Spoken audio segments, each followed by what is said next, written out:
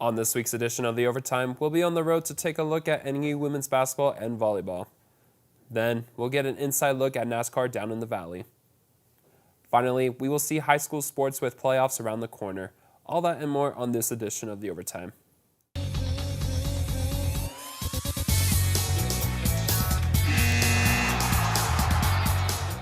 Hello folks, and welcome to The Overtime, Northern Arizona's only sports show. I am your host, Connor Emery, and today I am joined by my co-host, Elena Robla. Elena, how are you doing today? I'm doing great, Connor. I'm so excited to be here today. Let's get into things. College basketball has started, and the NAU women's basketball team has been on the road 2 of their first 3 games. They made a stop in Las Vegas to take on UNLV. Sports reporter Tony Braca is in the studio to tell us more. Tony, how was going back to your hometown to cover NAU? It's always nice to cover your hometown, and getting to see some of the best basketball in the Mountain West was a treat. Connor, Noah Butler, and I took a trip up to Las Vegas in order to perform an early season checkup on what should be a top contender in the Big Sky Conference. The NAU women's basketball team was picked to win the Big Sky Conference in both the media and coaches polls, and 6'2" junior center Sophie Glancy was selected as the preseason Big Sky MVP. Head coach Lori Payne is on pace this season to set the career coaching wins record at NAU and knows that the team still has a lot of work to do before they make the trip up to Boise, Idaho for the Big Sky Tournament. Obviously, a lot of that was UNLV took us out of our offense a little bit just because of their pressure and their physicality. But just proud of the team. I think we're seeing big strides. One of the big things that we took from this game is obviously giving up 24 O boards, and that led to 27 second chance points. That was the difference. The match against UNLV was a strong performance from possibly the best team the Mountain West has to offer. Despite keeping it tied coming out of the first quarter, UNLV was able to take advantage of some of NAU's weaknesses. The Lady Rebels forced 18 turnovers, though with several players making their foray into the starting lineup this season, such as junior point guard Taylor Feldman and junior forward Sanaya Neverson, who played major minutes in the UNLV game. The Lumberjacks are still building chemistry. The Lumberjacks have made it to the Big Sky Championship game in each of the past 3 years, but have fallen short in each against 3 different opponents. This year, with all of the firepower Payne's team has, they look to finally get over the hump. We showed a lot of good reps in all of our defensive calls, and so we're excited to to have that much in our arsenal will be good for different teams that we face with different strengths.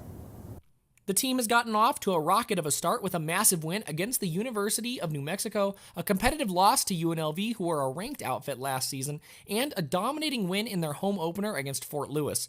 The Lumberjacks have been strong in non-conference play the last few years and look to continue that as they move on to face the University of the Pacific on November 17th, and then come home to take on their first Power Conference opponent in the University of Arizona on November 20th at the Roll Activity Center. Tony Braca, NAZ Sports. The NAU women's basketball team is always entertaining, and with U of A coming to town next week, that shouldn't change anytime soon. That's right, Tony. NAU football is near the end of the season with their last road game this Saturday against Northern Colorado. Head coach Brian Wright is prepared for this key match. We're just focused on us getting better and trying to take what they give us. Certainly we put a good game plan together. We've scouted them. And we're just, working extremely hard to reach our full potential and play our best game on the road. A win in Northern Colorado would put them in a better position to secure a spot in the FCS playoffs. On the other side, NAU volleyball fell against conference rival Sacramento State this past Saturday for the second time this season. The Lumberjacks suffered a 3-0 sweep and dropped to 4-8 in Big Sky Conference play. Sports reporter Catherine Lemish is here to provide us an update on how NAU volleyball is doing as they are near the end of the regular season. Thanks, Connor. The NAU women's volleyball team fought hard against Sacramento State. The final games of the season are fast approaching, and the Lumberjacks will have to rally together to finish out these last conference matchups strong. I got to go out to the game and capture all the action. The NAU women's volleyball team faced Sacramento State this past weekend in a heartbreaking 3-set loss for the second time this season. After coming off a 3-0 win against Portland State, the Lumberjacks tried to keep their momentum going but fell short in the third and final set. Hannah Stoddard, outside hitter, was hopeful the Lumberjacks could reverse the outcome in the rematch with the Hornets. I think we knew that their outside hitters were going to be a strong, offense for them. So I think we went into this game kind of trying to shut them down as much as we could. And then our serve receive, we've really sharpened up since that game, so I thought that was a good part of our game today. We just couldn't quite get everything shut down on their offense today. Sacramento State took a 4-0 lead in the second set. Both teams were tied to 8-8, but NAU had a surge of a 3-1 run featuring plays by Stoddard, Courtney Euler, and Taylor Jacobson. Coach Ken Murphy says he was pleased with his team's resiliency.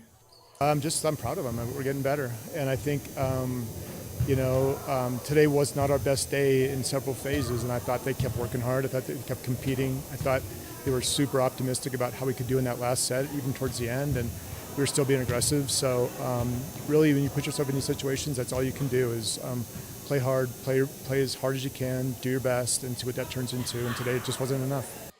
The Lumberjacks showed great resilience, but a few unforced errors in the final set cost them the match. Still, they've got a lot to build on. NAU wraps up its final road trip Saturday at Idaho State before returning home for its final 2 matches next week. Buckle up, because after the break, we'll tell you what went down at Phoenix Raceway over the weekend. When it comes to making plans, you are the best. Remember the best planned 90 minutes of your life? Or that surprise party for your parents' golden anniversary?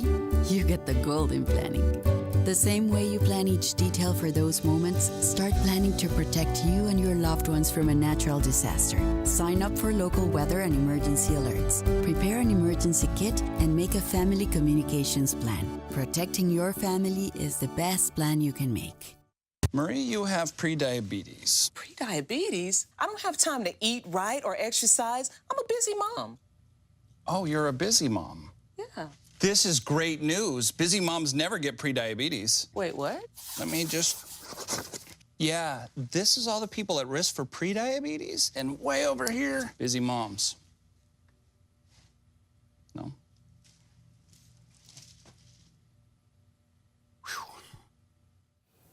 Welcome back.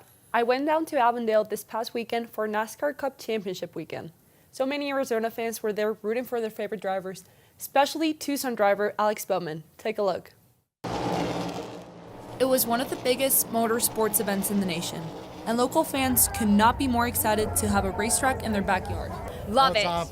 Awesome. It's amazing. Absolutely amazing. I moved to Arizona about 17 years ago, and then I started watching NASCAR because I was out here. It just brings so much revenue to the city and to the valley, and you get to meet so many collective people. And it wasn't just locals. Fans came from all across the nation to see their favorite drivers. I follow junior motorsports, mostly Kyle Busch, big names like that. I'm a huge Blaney fan since he started racing.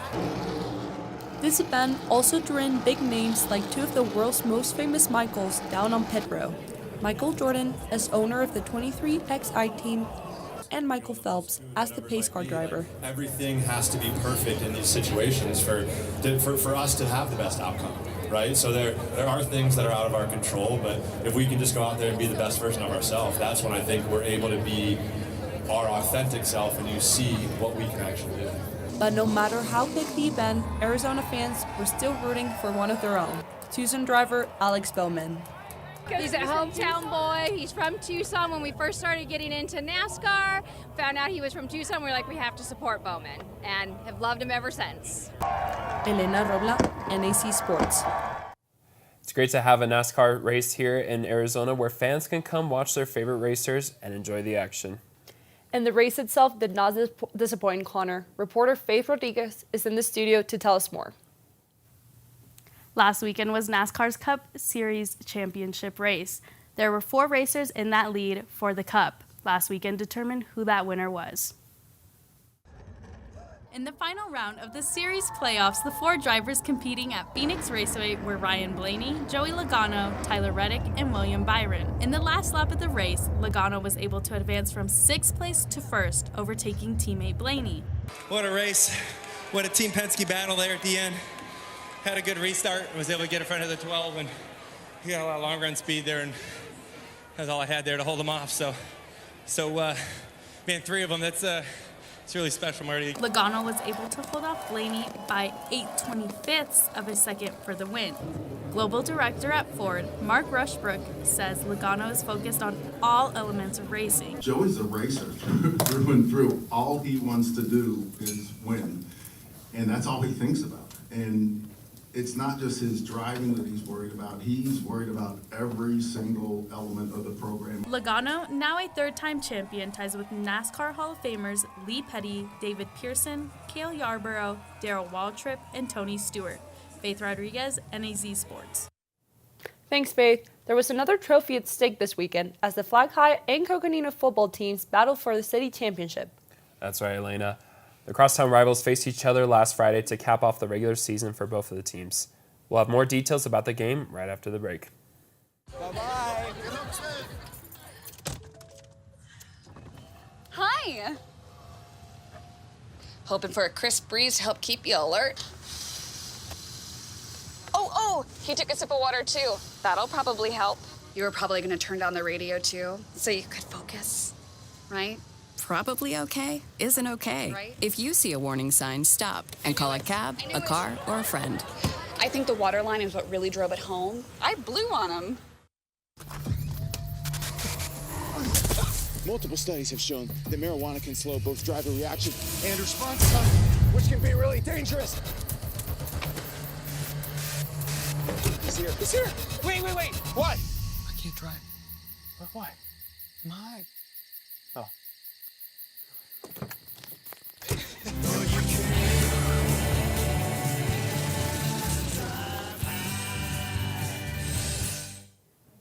Welcome back to the overtime. Flagstaff High School had one of their rivalry football games against Coconino last Friday.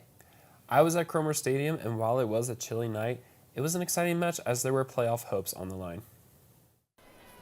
The Flagstaff Eagles and Coconino Panthers took the field last Friday night in their 55th annual rivalry match. Fans gathered and filled up the seats at Cromer Stadium to enjoy the game despite the weather conditions. While the weather was cold, the Panthers came out hot after Dylan Collado returned a punt for 70 yards for a touchdown in the first quarter. Here's the snap and the punt. There's a rush, but gets it away. Collado's going to take it at the 30-yard line. Goes to the far side.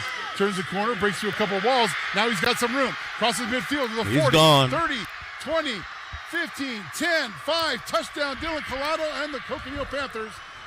60-yard punt return for a touchdown. Collado also contributed to 42 yards of receiving and got another touchdown late in the first half from his quarterback, Colton Buckingham. It feels great. I mean, I couldn't have done it without my linemen. I mean, they put in a lot of work for us, but it just means a lot to me. It's my first ever varsity game, and it feels great. The Eagles fought a hard battle and kept it close in the first half and were only down 15 points at halftime. However, the Panthers' offense continued to dominate in the second half, which led to a 49-26 victory. Eagles head coach Mickey Clements is proud of his team and celebrated the team's seniors. Just how proud of them that we are as coaches, how much we love them, and just the way they battled all year, and going back to, the off season and the weight room, and just what they've overcome. Coming off a couple of tough seasons beforehand, their sophomore, junior year, the program was struggling, and then these guys really got out there together, worked hard, and made a big difference for us. With the Panthers win, they move on to the postseason and visit number 4 seed Micah Mountain this upcoming Friday in Tucson. While this was a dominant win for Coconino, they look to keep the momentum going and make a deep run in the playoffs. Connor Emery, NAZ Sports. It was great to see a huge turnout for both sides for the rivalry game. Coconino has a tough match ahead of them in their first playoff game this weekend in Tucson, but they are capable of pulling off an upset, Elena. Speaking of high school sports, Flag High girls volleyball hosted a state quarterfinal on Tuesday. Sports reporter Aishaya Tanaka has the story. The Flagstaff High girls volleyball team hosted their final match of the season Tuesday night in the AIA Girls Volleyball 4A State Championships. The Eagles faced the Saguaro Sabercats, and the game ended on a tip, where the Eagles lost 3-1. Head coach Beth Haglin has been with the Eagles for nearly 40 years, and while the match did not go as expected, Coach Haglin says there's still plenty to be proud of. Every single year, we expect to go to state, we expect to perform well and do well. And I think those expectations spill out into the team, and we usually do really well. And we did well tonight. We knew it was going to be a close game, and so the girls were ready. One of the key players this season is senior setter Macy Mosang. Mosang reflects on the journey she's had with her teammates. Our chemistry has been so good. I played with these girls for like my whole life, and I don't know, we just came together and then we had a great season. We just fell short tonight. At the net with Mosang is senior outside hitter Rachel Hagerman. Hagerman expresses how driven the team was for the game. I just think we were all really motivated because we didn't want to end this way, so I think that we all really wanted to win really bad. So Coach Haglund acknowledges her valuable senior players and is excited to see who will be filling those positions in the next season. I think we've got some fantastic kids coming up, and they'll fill those voids. Although those seniors are pretty hard shoes to fill. I mean, they're big shoes. So we'll see. We just got to respond well. Aishaya Tanaka, NAZ Today. I was at the game as well, and while it was a disappointing end to the season for the Eagles, they still had a remarkable year as they finished the season 37-3 and 12-0 in their region. That's all we have for you tonight. Thank you all for joining us for this edition of The Overtime. I want to thank our sports reporters Tony Braca, Catherine Lemish, Faith Rodriguez, and Aishaya Tanaka. I'd also like to thank my co-host Elena Robla. I'm Connor Emery, and we'll see you next Friday for this next edition of The Overtime.